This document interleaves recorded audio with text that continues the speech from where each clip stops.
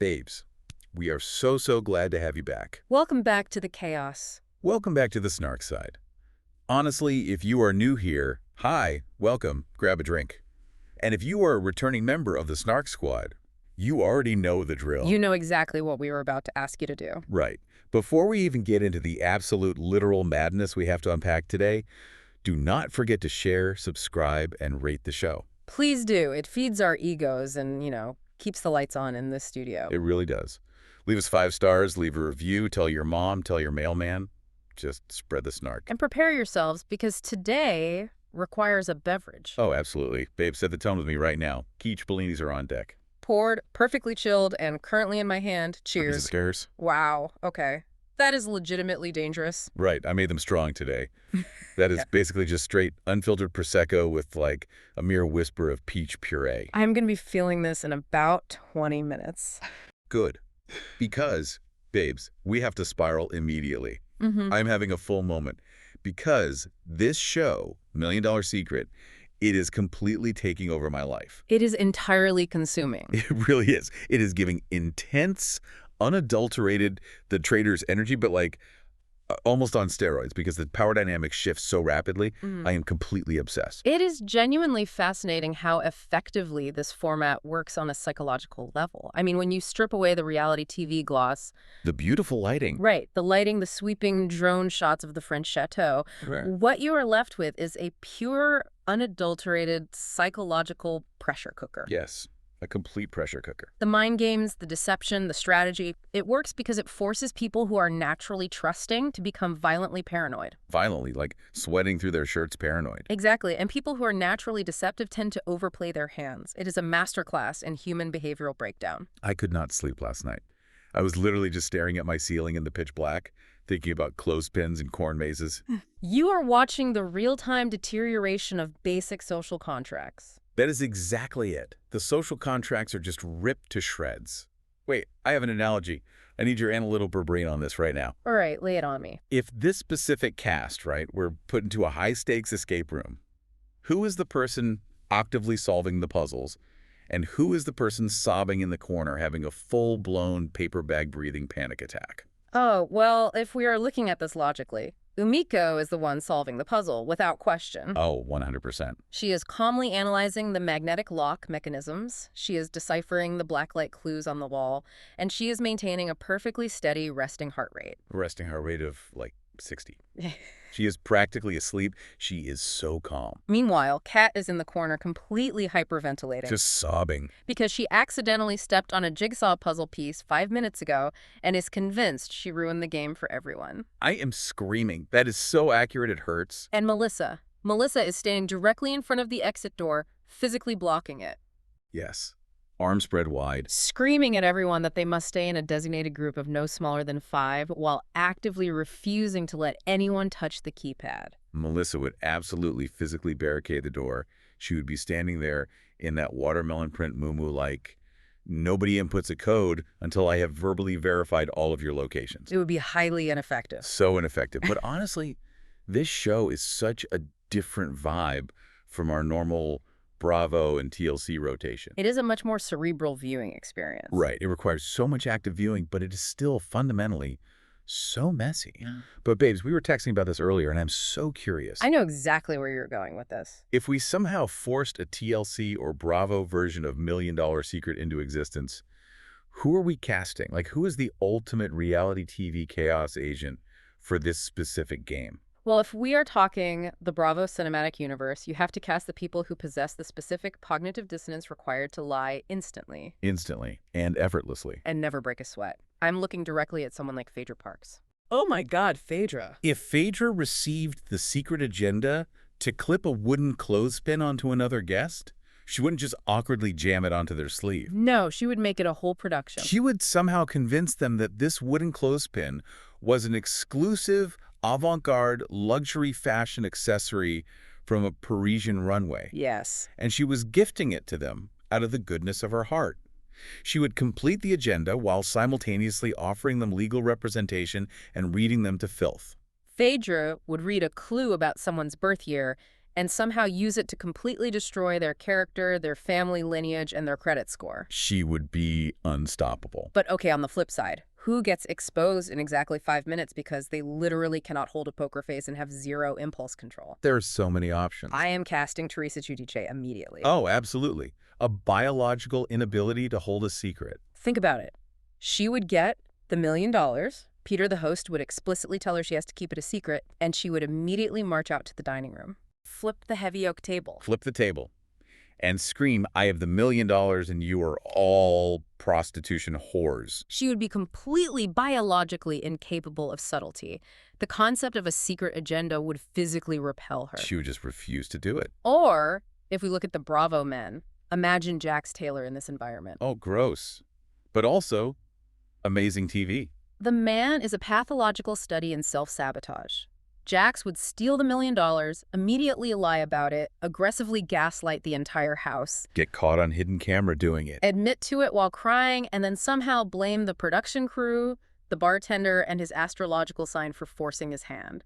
It would be a complete and utter mess and completely unserious gameplay. It would ruin the strategic integrity of the show entirely. Speaking of completely unserious choices, babe, we need to shift gears for a second before we get to the recap. Oh, here we go. We have to talk about real life because my bestie sitting across from me is considering a life choice that is so unhinged, I am actually losing sleep over it. I knew you were going to bring this up on the microphone. And we need to talk about it right now so the Snark Squad can judge you. I welcome the logical judgment. A super commute. Like, babes, listen to me. This person is actively considering driving an hour and a half to work each way. It is a 90-minute drive. 3 hours in a car every single day as a dentist. But it comes with a massive pay raise. A very substantial one, yeah. I am having a full emotional spiral about this on your behalf. You are signing your own death warrant. That is a slight exaggeration. Your lumbar spine is going to literally turn to dust. You are going to develop a level of road rage that lands you on the local 6 o'clock news. Okay, let's analytically break this down. Let's apply some basic economic logic and take the emotion completely out of it. There is no logic here. It is a highly substantial financial gain, a life-changing percentage increase in base salary. And if we look at the time spent in the car, it doesn't have to be dead time. It is dead time. You are just staring at asphalt. I listen to audiobooks, I can catch up on complex medical journals, I can dictate patient notes. Well, driving 70 miles an hour. More importantly, I can sit in an isolated, climate-controlled bubble of absolute silence and decompress before I have to spend 8 hours dealing with patients. Patients are annoying, I get it, but still. Patients who look me dead in the eye and lie to me about flossing. It is a calculated trade-off. Time for capital. It is a classic, fundamental economic exchange. A calculated trade-off. Is the capital worth the mental breakdown potential? I am not going to have a mental breakdown. Think about the psychological toll. You are going to lose your entire quality of life.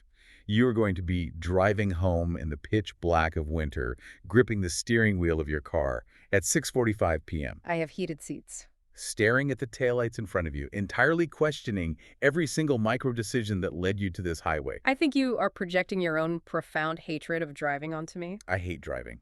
It's the high-stakes combat scenario. And your general lack of spatial awareness. I find driving meditative. You find it terrifying. Babes, think about it.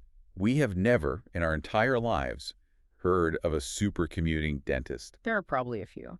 Finance bros, sure. Tech executives, fine. But dentists, you need steady hands. You need a peaceful soul. A peaceful soul is not a requirement for a root canal. There is probably a reason why dentists don't drive 3 hours a day. Wow. Okay. I'm just saying. Let that profound, albeit slightly insulting, piece of logic land. I will take your extreme concern under advisement. I just want your spine to be healthy and your sanity to be intact. My spine is fine. But let's bring it back to the present moment. Let's talk roses and thorns from last week before we dive into the absolute bloodbath of this recap. A much safer topic. What is your rose and what is your thorn? My rose was definitely a patient interaction. I had a patient who have been chronically clenching their jaw. Oh, I do that. Completely ignoring my advice for 2 years. They finally relented, let me fit them for a proper night guard, came in for their follow-up this week, and admitted their chronic migraines and jaw pain were entirely gone. Look at you, changing lives. A small, logical victory of science over stubbornness. It was incredibly satisfying. Love that for you. And the thorn. My thorn, predictably, was the sheer exhaustion of dealing with insurance claims. Oof, the worst. It is a bureaucratic nightmare, an absolute labyrinth of red tape designed specifically to deny coverage, and it slowly drains my will to live. I literally don't know how you deal with it. What about you, Rose and Thorn? Okay, my rose was finding a new iced coffee place down the street that uses the good hospital-grade crushed ice. The tiny pellets. Yes. You know exactly what I'm talking about. The nugget ice. It completely changes the entire structural integrity of the beverage. It does dilute faster, though. I don't care. The Yeah. coffee gets colder faster. The crunch factor is elite. It is a game changer for my mornings. And the thorn. My thorn, however, was a total career life spiral. Naturally. I spent 30 minutes trying to figure out a new color-coded folder system to organize my chaotic email inbox. That sounds ambitious for you. I got completely overwhelmed by the sheer volume of unread messages. How many unread? 4,000? Good Lord. I know. So I gave up entirely after 10 minutes, closed my laptop, and just watched reality TV on my couch instead. Typical avoidance behavior. Highly productive. You really tackled that problem head on. Exactly. I chose peace. You chose denial. Same thing. And babes, by the time most of you hear this recording, it is a Monday. The start of the grind. So happy Monday. We hope you have an amazing week. We hope your iced coffee has the good ice. We hope your commute is less than 3 hours. And we hope you are ready for this. Because I am feeling slightly tipsy from this Prosecco, slightly questioning my own life choices, and completely ready for this mess. Let's get into the $1 million secret recap for episodes 4 through 6. Let's do it. So we are starting with episode 4, which is elegantly titled 1999 Problems. We open immediately on the fallout of the last elimination. Poor Caleb. Nick opens his secure box, discovers the money, and finds out he is the new millionaire after Caleb so spectacularly fumbled the bag in the previous round. I was literally screaming at my television. You scream at the television a lot. I do. Yeah. Because Nick opens his little briefcase, sees the stacks of cash, and what does he do? He celebrates with his literal catchphrase. How you doing? Yes. Like he is an extra, playing Joey Tribbiani on a community theater stage. It was very rehearsed. He is gorgeous, he has a jawline that could cut glass, but he is such a stereotypical bro. He is the quintessential reality television archetype of the attractive, slightly oblivious alpha male. Completely oblivious. And then he is summoned to meet with Peter Serafinovich, our delightfully deadpan, incredibly British host, We love Peter. who delivers Nick's new secret agenda. And this is where the game mechanics get genuinely, brutally difficult. No hard.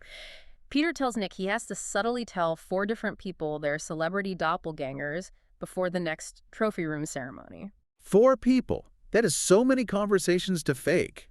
If he succeeds and survives the subsequent vote, he is rewarded with a double-barreled kill shot, Which is insane. meaning he gets to eliminate 2 players at once. Which is an insanely powerful reward. It shifts the entire numbers game of the house in one night. It is a massive statistical advantage, but if he fails the agenda, he gets 4 automatic votes against him at dinner. It is literally a hostage situation. Yeah. Production is basically looking at him and saying, do this incredibly awkward, highly specific social task that requires finesse, or we are putting you in front of a firing squad at dinner. Exactly. It forces action. Right. And the struggle is immediate and palpable because Nick, by his own panicked admission in the confessional, is not a Hollywood expert. He literally said, I'm no Hollywood expert. Babe, we know. He has absolute zero pop culture knowledge, which is a severe, almost insurmountable disadvantage when your task specifically requires you to reference Hollywood pop culture on the fly. It was the most painful thing I have ever watched. He is visibly sweating bullets in the kitchen. He was perspiring heavily. And the thing is, Peter literally gave him a layup during the briefing in this study. A perfect template. Peter looks at Nick and deadpans, for instance, my doppelganger is Brad Pitt. Which was a great joke. So funny. But how hard is it to just take that exact example, walk into the kitchen and lie? It shouldn't be hard at all. Just say, you know what, Kevin? You look like Brad Pitt. Say it to every single person in the house. Just use Brad Pitt 4 times. Yes. Why was he struggling so hard to find historically accurate facial comparisons? Because under extreme pressure, people experience severe cognitive load. His brain was just short-circuiting. Nick's brain isn't processing this as a game of deception. He thinks he actually has to be authentic and accurate to avoid suspicion. Which makes no sense. If he gives a bad comparison, he thinks people will clock him as a liar. So he tells Hunter he looks like Matthew McConaughey. I gagged. Now, let's be entirely objective here. Hunter looks absolutely nothing like Matthew McConaughey. Not even a little bit. There is not even a passing resemblance in a pitch dark room. Their bone structures are entirely different. McConaughey has very distinct cranial features. Hunter just has, like, hair. That's the only similarity. But Hunter looked so thrilled, his ego completely blinded him to the inaccuracy. Hunter was like, bro, that is the best compliment I have ever gotten in my life. I was dying laughing. The vanity is astounding. And then it gets worse. Nick looks at Umeko, our brilliant strategic queen Umeko. A highly intelligent woman. And he tells her she gives Beyoncé vibes. That was rough. Beyoncé, I love Umeko. She is stunning. But she and Beyoncé share zero facial features. Nick was clearly just rapidly scrolling through his internal Rolodex of the only 5 celebrities he knows and throwing names at the wall. He was just naming people who have won Grammys at that point. It was incredibly clumsy. It was the social equivalent of a bull in a china shop. But somehow, bizarrely, it kind of worked. Because people are inherently narcissistic.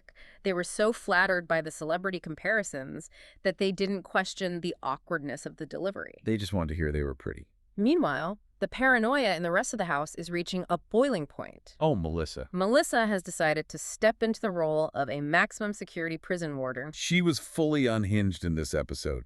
She's wearing this flowing watermelon print muumuu, wandering around the chateau, trying to enforce martial law. She implements a militant rule that everyone must stick together in groups of no smaller than 5 at all times. Which is impossible. You have to go to the bathroom. It is logistically impossible. And the funniest part is, it completely backfires on her almost instantly. Caleb instantly clocks her as deeply suspicious. Simply because she offered to share her sandwich with him. A sandwich. Caleb's logic here is a fascinating case study in confirmation bias and paranoia. He genuinely thinks that the act of offering a half-eaten sandwich is a secret agenda. He was like, why is she giving me food? She must be the millionaire. The sheer level of psychological deterioration required to view a ham and cheese sandwich as a tactical weapon is exactly why this show is brilliant. It is art. Melissa's trying to control the uncontrollable, and by trying to force order, she makes herself look like a dictator with something to hide. And during all of this intense, suffocating paranoia, the group is sitting around the living room casually talking about movies. A rare moment of downtime. And Kevin, sweet, beautiful, completely clueless Kevin. He is very lovely to look at. He literally says out loud that he doesn't know what a rom-com is. That was genuinely shocking. I had to physically pause the television. Kevin. Romance, comedy. It is right there in the title. It is a self-explanatory portmanteau. What did this man watch? Does he only watch documentaries about concrete? He is aggressively, almost impressively out of the loop on basic societal touchstones. He is just a beautiful, empty vessel. But the game moves forward to the guest activity at the vintner's cottage. Yes, the wine cellar challenge. Peter divides the cast into Team White and Team Red. They have to race through these interconnected rooms in identical, dimly lit wine cellars. Stacking those loose corks. Stacking loose corks into towers and finding specific vintage wine bottles. It was pure chaos. People are slipping, corks are falling everywhere. It was a test of fine motor skills under duress. But Kevin and Casey end up winning for Team White, and they earn access to the trophy room. And this space. Oh, don't even get me started. This is where we get the absolute worst clue in reality TV history. My blood pressure spiked. I have to sarcastically applaud the production team here for the most heavy-handed, game-breaking, fundamentally flawed clue ever conceived. It ruined the episode. Peter tells Kevin, the millionaire was born the year Fight Club, The Matrix, and American Pie were released in cinemas. I went on a full, uninterrupted rant in my living room. I was echoing the entire Reddit fan base. It was a very vocal reaction online. Because what happens? Kevin walks out of that trophy room, goes into the main house, and literally just goes around asking every single person, hey, what year were you born? A very direct line of questioning. And they all tell the truth.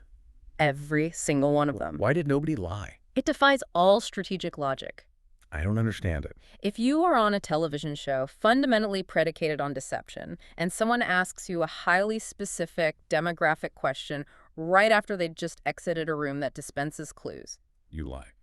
You lie. It is that simple. You immediately subtract 2 years from your age. You maintain your game state. That they didn't? They reverted to their default civilian programming where telling your age is a harmless social norm. Exactly. If Kevin walked up to me, I would have looked him dead in the eye and said, oh, I was born in 2001. I am practically Gen Z. Completely believable. Boom. I am safe. But no, they all just freely hand over their verbal birth certificates. It's astonishing. Nick, Kat, Umeko, and Kevin all readily admit they were born in 1999.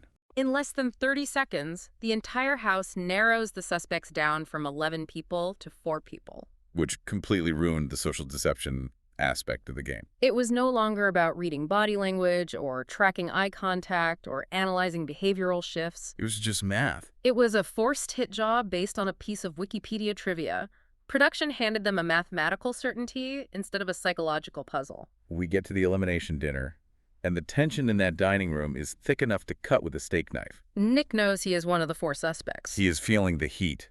So he expertly and quite ruthlessly deflects the attention onto Kat. It was a very smart, instinctual pivot by Nick. He brings up the fact that Kat had nervously high-fived him 10 separate times earlier that day. Pat was already spiraling. She was completely melting down. She was a wreck. She was experiencing severe cognitive dissonance after she ruthlessly sacrificed her so-called twin flame, Lauren T., in the previous round to protect Caleb. And the kicker is, Caleb didn't even have the money anymore. Exactly. A completely wasted sacrifice. Kat was a complete mess. She voted out her bestie for literally nothing. The guilt was eating her alive. And now she is crying at the dinner table. Visibly shaking. Swearing on her papa's cross that she doesn't have the money. The house totally buys Nick's deflection because Kat looks so incredibly guilty just by breathing. They vote for Kat, they eliminate her, and they get it wrong. Which means Nick survives. And his double-barreled kill shot is officially activated. Which brings us directly into episode 5, appropriately titled A Silent Assassin. The fallout of the double kill shot is revealed the next morning. Nick chose to eliminate Casey and Melissa. I was in deep mourning. You were very upset about Casey. Casey was serving pure queen energy. She was quiet for the first few episodes. She finally comes alive. She wins a physically demanding challenge. She is glowing. And then she just gets randomly plucked out of the house in the middle of the night. It is deeply unfortunate timing. It is so deeply unfair. It is the brutal nature of the game. However, logically speaking, I have to defend Nick's choices, specifically eliminating Melissa. Defend it then, because I hated it. Yes, her militant nobody leaves the room strategy was intense, but it was a mathematically valid attempt to control the variables. But it was so annoying. If nobody can be alone, nobody can complete an agenda unseen. It is sound game theory, even if the execution was deeply abrasive to the rest of the cast. Nick eliminated a structural threat. Nick just wanted to get rid of the people who are onto his terrible lying skills. Also true. But then Peter calls Nick into the study for his next agenda. And babes, this is where it gets so messy. This is the era of clothespin-gate. Nick is tasked with clipping 3 wooden clothespins onto the clothing of 3 different guests. If he succeeds, he cancels the next trophy room clue, keeping his identity hidden, and he cancels 2 votes against him at the next dinner. At the exact same time, Umeko gets randomly assigned a non-millionaire agenda by production. A very fun twist. She has to hit 3 people in the head with a beach ball. And if she succeeds, she actively steals the millionaire status from Nick. The contrast between how these 2 players handle these physical tasks is the funniest thing I have ever seen on television. This is a study in opposites. Let's talk about Nick first. Nick is a disaster. He is. He literally walks right next to Lauren G and Caleb, shoulder to shoulder, and tries to awkwardly, aggressively clip these large wooden pins onto their clothes. He doesn't distract them. He doesn't bump into them. He just reaches out and pinches their fabric. They instantly bust him. Caleb literally stops walking, looks down at the clothespin, looks up at Nick and goes, "Jersey, Nick, you just got busted." Nick's lack of physical subtlety is staggering. He is a very observant player when he is passive, but he lacks any fine motor skills or sleight of hand capabilities when it comes to active deception. He crumbles under the mechanical pressure. Completely crumbles. I was screaming at the TV. I have an analogy for this, and it's better than the escape room one. Let's hear it. Nick's strategy was like a terrible street magician trying to pickpocket you while maintaining direct, unbroken eye contact with your face and verbally telling you he's reaching into your pocket. That is a very apt description. It is insane. Why didn't Nick just clip a clothespin onto his own shirt first? That would have been the optimal, most logical strategy. Right. Clip yourself in private, walk into the living room, feign absolute ignorance and say, "Guys, someone is pinning things on us. Look what I just found on my collar." Boom. Deflection. But his brain couldn't process that level of multi-layered deception. He just panicked. Conversely, we must look at Umeko. Our stealth queen. Her stealth was breathtaking. She is effortlessly bopping people on the head with this massive, colorful beach ball, while everyone is completely distracted by Nick's massive, clumsy clothespin blunders. She executes it perfectly, masking her gross motor movements as playful banter. It was masterful. She's an absolute icon. Nick eventually finishes his agenda by flirting heavily with Umeko and clipping a pin onto her finger while holding her hand. So both agendas are technically completed. The money is moving. Then we get to casino night. The games are Stag Roulette and Stag 21. It is boozy, it is chaotic, and the behavioral tells are highly revealing. The house splits into Team Dirty and Team Twisty. And this is exactly where Hunter decides to bless us with a confessional, revealing to the audience that he is a professional poker player. Yes. And he clearly thinks he is God's absolute gift to game strategy. He really does. He thinks he's playing chess while everyone else is playing checkers. Hunter's logic during this casino challenge is genuinely baffling to anyone who understands basic game theory. It was so dumb. He pulls Nick aside, knowing full well that Nick is one of the prime suspects from the 1999 clue, and demands that Nick intentionally throw the card game to Caleb. He wants Caleb to win immunity. Hunter's rationale, as he explains it, is that they need to eliminate the millionaire at dinner so none of the suspects should hold the immunity shield. I is so stupid. I lost my mind. I was ranting on the Snark Squad Reddit thread about this for 20 minutes. I saw your posts. Let's break this down. If you were a suspect in a game where the penalty for being voted out is losing $1 million and going home, why on God's green earth would you ever, under any circumstances, voluntarily give up immunity? You wouldn't? The entire point of the game is self-preservation. Hunter's grand trap made absolutely zero sense. You were entirely correct. It was a fundamental, almost embarrassing misunderstanding of the prisoner's dilemma and basic self-preservation theory. He just wanted to sound smart. If you are suspected of holding the kill shot, your primary objective is survival, period. Giving up the immunity shield to prove your innocence is strategic suicide because the house might just vote you out anyway to be safe. Exactly. Hunter actually threw the challenge himself, expecting Nick to blindly follow suit, and then got incredibly self-righteous and angry when Nick actually tried to win to save his own skin. Caleb ends up winning immunity anyway because Nick's poker face at the card table is tragic, but the social damage is done. And Nick knows he is completely busted. Yeah. The clothespins, the birth year, the sweating, he knows it's over. He doesn't even try to deny he's the millionaire anymore. He just sits there at the head of the table like, yeah, it's me. What are you going to do about it? Which is the exact moment Umeko executes a masterful piece of social manipulation. She is so good. She knows she completed the beach ball agenda. She knows she is getting the money. Therefore, she needs Nick to survive this vote so she can officially steal the title from him. If Nick goes home, the money resets. So she goes to Daisy and she plays the emotional girl strong card. Yes. She logically convinces Daisy that they need to keep the known devil Nick around so they can control the game, and they should target the arrogant poker player Hunter instead. It was brilliant. She played Daisy like a cheap plastic kazoo. She weaponized his own ego against him. And that brings us to episode 6, House of Dummies. We open on the fallout from that dinner table. Mick had his 2 canceled votes from the clothespin agenda, which statistically saves him. Hunter gets the majority of the votes and is eliminated. Bye, Hunter. And as he stands up to leave, he dramatically turns to the cast and reveals his big secret. He says, I am a professional poker player. With absolute gravitas. I cackled. I laughed out loud in my empty apartment. The cast's reaction was so deeply underwhelming. They were completely unfazed. They were basically looking at him like, okay, good for you. Bye.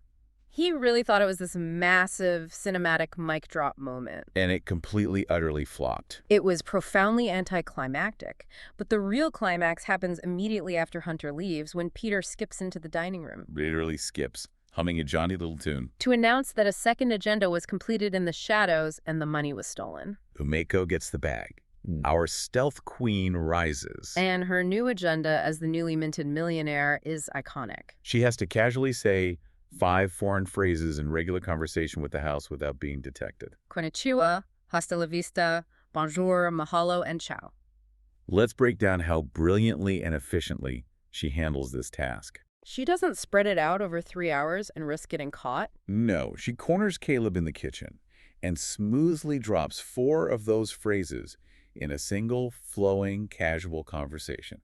Ciao, mahalo, hasta la vista, bonjour. She weaves them into her sentences so naturally, adjusting her inflection perfectly, that Caleb doesn't even blink. It is elite-level linguistic deception.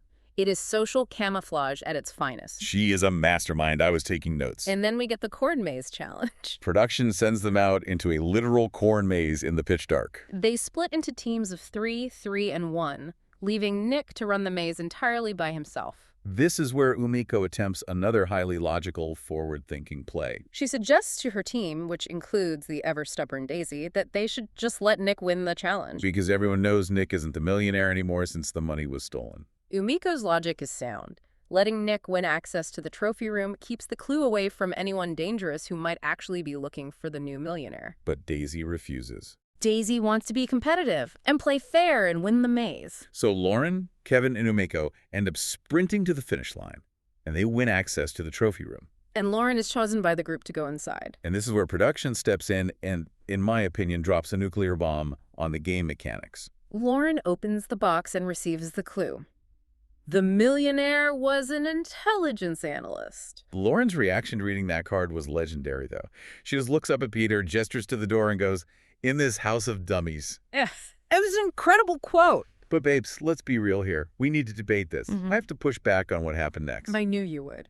Isn't it completely, entirely unfair that Umeko executes 2 incredibly difficult agendas flawlessly, a physical one and a linguistic one, and production repays her elite gameplay by handing the cast a neon sign pointing directly to her actual, literal resume? Okay, I am going to push back on your pushback. Do it. I'm going to defend production here. Unbelievable. Was it a blunt clue? Yes. But Umeko brought that on herself. If your real, actual job in the civilian world is literally gathering intelligence and lying for the federal government, you should have walked into that reality TV house on day 1 with a bulletproof, incredibly boring fake career. I mean, I guess.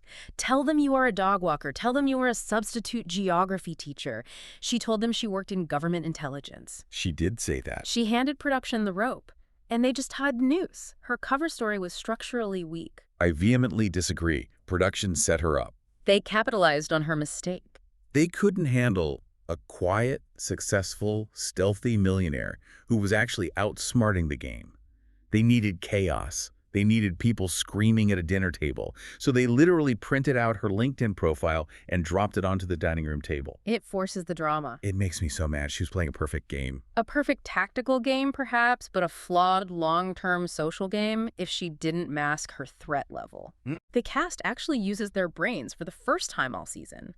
They connect the word government and intelligence to the fact that Umeko casually mentioned she lives in Virginia near D.C. And Nick, realizing Umeko played him at the casino and stole his money, immediately throws her under the bus to save himself from elimination. The ultimate betrayal. My heart actually broke. They had this cute little hot tub showmance brewing. They were flirting, and he just turns around and shoves her right into oncoming traffic. It is pure, unfiltered survival instinct. Nick knows the mob needs a target, and he provides one. At the elimination dinner, the logic is inescapable. Umeko gets voted out. I got genuinely, actually emotional watching her exit speech. Me too. She stood up there at the head of the table with so much grace and poise. She didn't yell. She just calmly talked about representing her community as a Black Asian woman and breaking the stereotypes about women working in Navy cyber intelligence. It was a profound moment of reality television.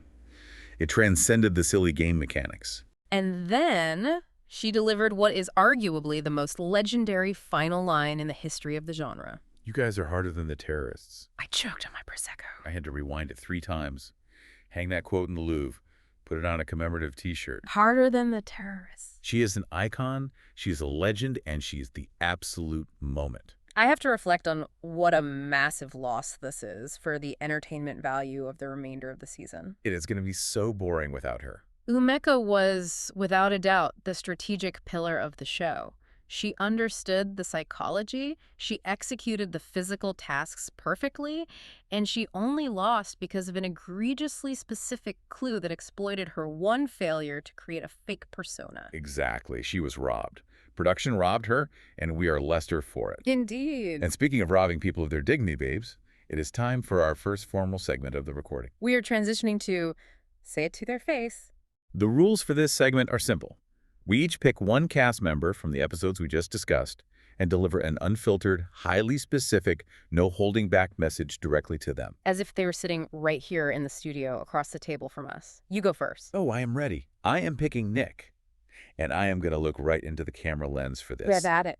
To your face, Nick, you are gorgeous. You have a jawline that could cut glass, and your hair is always perfectly coiffed. Factually true. But babe, you lie like a toddler with chocolate frosting smeared all over their face, actively holding the cake knife, swearing up and down they didn't eat the cake. An apt metaphor. You are terrible at this.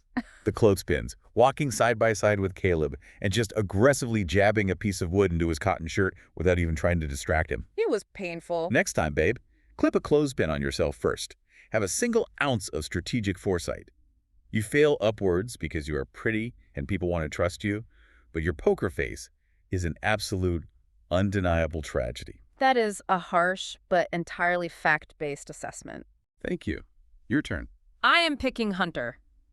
To your face, Hunter. You spent 3 full episodes in confessionals building up this massive, intimidating reveal that you are a professional poker player. You talked about it constantly. You talked about your ability to read the table.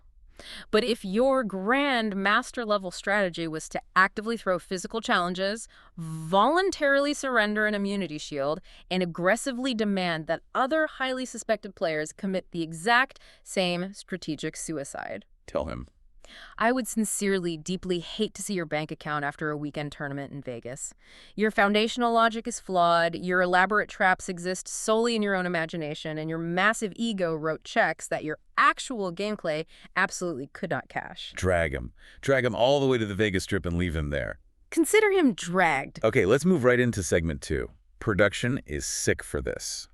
Because we need to call out the messy, manipulative, behind-the-scenes engineering happening on this set. I know exactly which clue you are going to dissect. Proceed. I'm going entirely off about the 1999 birth year clue. Production is SICK for this. It was quite egregious. That specific clue completely, permanently ruined the social deception aspect of the game. This isn't Jeopardy. It isn't a trivia show. That clue acted as a forced, targeted hit job on the younger demographic of players. It isolated a specific age bracket. You have a cast of 11 people, and you drop a clue that instantly, unequivocally clears 7 of them based on a calendar year. That is lazy producing. It was a very blunt instrument. You want the cast to read body language, you want them to catch verbal slips, and instead you just handed them a literal driver's license check.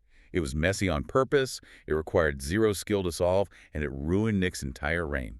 I will take the opposing side of the spectrum with the intelligence analyst clue. Production is equally sick for this, but for a different reason. Okay, let's hear it. I will logically argue that this clue was specifically designed to punish Umeko for playing the game too well. Wait, I said that earlier. I am agreeing with you now. Think about it. She completed a random, chaotic, highly visible beach ball agenda perfectly.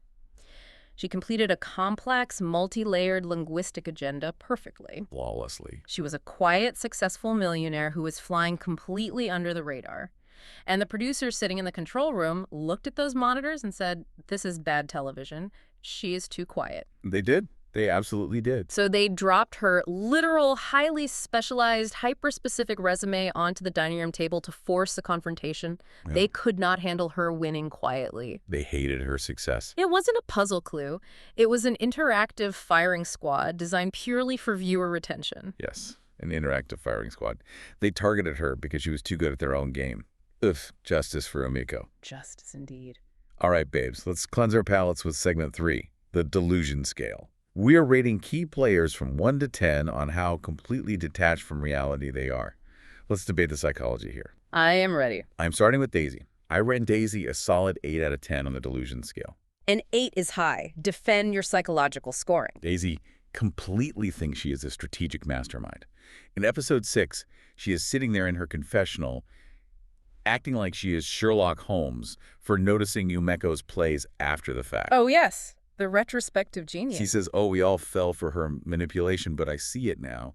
Yeah, Daisy, you fell for it. literally 24 hours ago. She did fall for it completely. Umeko played you like a cheap instrument at the dinner table to get Hunter out, and now you want to act like you had her clock the whole time.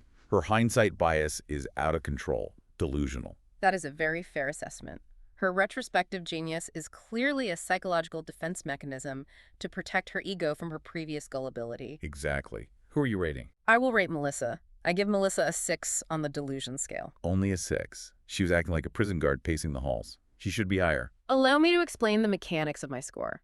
Her delusion wasn't in her assessment of the threat. She knew people were completing agendas. Her delusion was entirely in her strategy. Okay, I am listening. Her chain of love, nobody leaves the room. Groups of 5 strategy was delusional because it is physically and socially impossible to maintain in a house full of independent adults for weeks on end. People have to sleep. People need to use the restroom. People need to sleep. It is a completely unsustainable model of gameplay.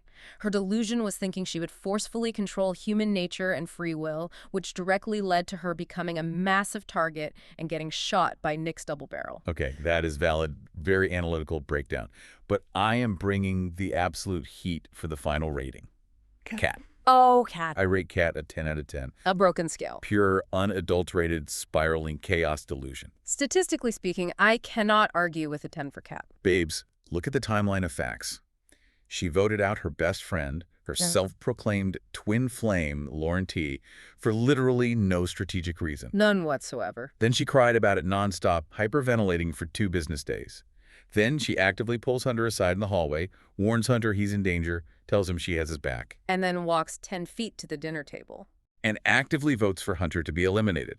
She is living in an alternate dimension where her words and her actions have absolutely zero correlation. She has no strategy, just panic, vibes, and tears. Just vibes and tears. Cat's gameplay is purely emotional, violently reactive, and utterly devoid of any long-term planning or logical consistency. A 10 is the only mathematically and psychologically correct score for her level of detachment from the reality of the game mechanics. Exactly. Okay, final segment of the recording, babes. Segment 4. If this was a group chat, My favorite segment. we love to reimagine the cast dynamics as a chaotic group text thread. If this cast was in an iMessage group, who is doing what? You go first. I am assigning Melissa as a person sending massive, multi-paragraph text walls that absolutely nobody reads. Yes. The blue text bubbles that take up the whole screen. She is the one trying to organize group dinners 3 months in advance, demanding strict RSVPs by 5:00 p.m., creating complex doodle polls. And outlining everyone's dietary restrictions in alphabetized bullet points. Exactly. Oh my God, yes. And I am assigning Nick as the guy who reads those massive, meticulously crafted paragraphs, leaves everyone on read for 3 straight hours, and then responds with a lowercase, unpunctuated, yeah. Which completely, predictably infuriates Melissa and causes her to send another paragraph. Just, yeah. Nothing else. And then I will assign Caleb as the person who responds exclusively with confused emojis. The little face with the swirling eyes. He is constantly asking questions that were explicitly answered in the very first sentence of Melissa's text wall. He texts, wait, where are we eating? Exactly 5 texts after the address and Google Maps link were dropped. Caleb is definitely the guy asking, is this tonight?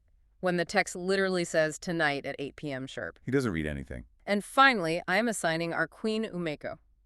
Umeko is the person silently sitting in the chat, not responding, letting the boys be idiots, but actively screenshotting the absolute chaos. And sending it to our other, much cooler group chat. With your real friends to ruthlessly make fun of everyone. The quiet observer digitally capturing the evidence for later use.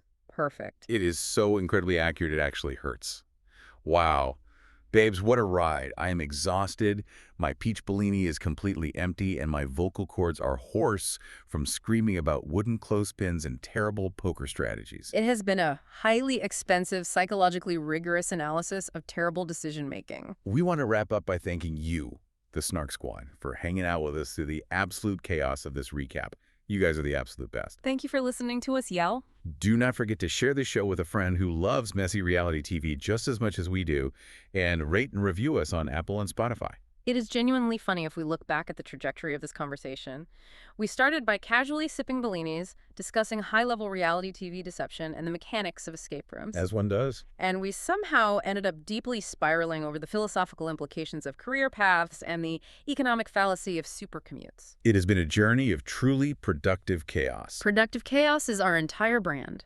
We thrive in the mess, babe. But before we sign off, I want to leave the listener with a final, highly provocative thought to mull over. Oh, lay it on us. We spent a lot of time analyzing the devastating power of the clues today. If the producers are willing to expose players by dropping their literal birth years and highly specific civilian job titles onto a table, Yeah. what stops them from just dropping a player's actual social security number or bank routing info next season? Oh my God. Don't give them ideas. Seriously, consider the trajectory of escalation. Does this game even have ethical boundaries or structural rules anymore? Or is it rapidly devolving into an interactive firing squad designed purely for our sadistic amusement? Think about it. I'm going to be thinking about that all night. They're going to be dropping their credit scores next season. Babes, we love you. Say it with us. Stay strategic. Stay delusional. And we will see you on the Snark side.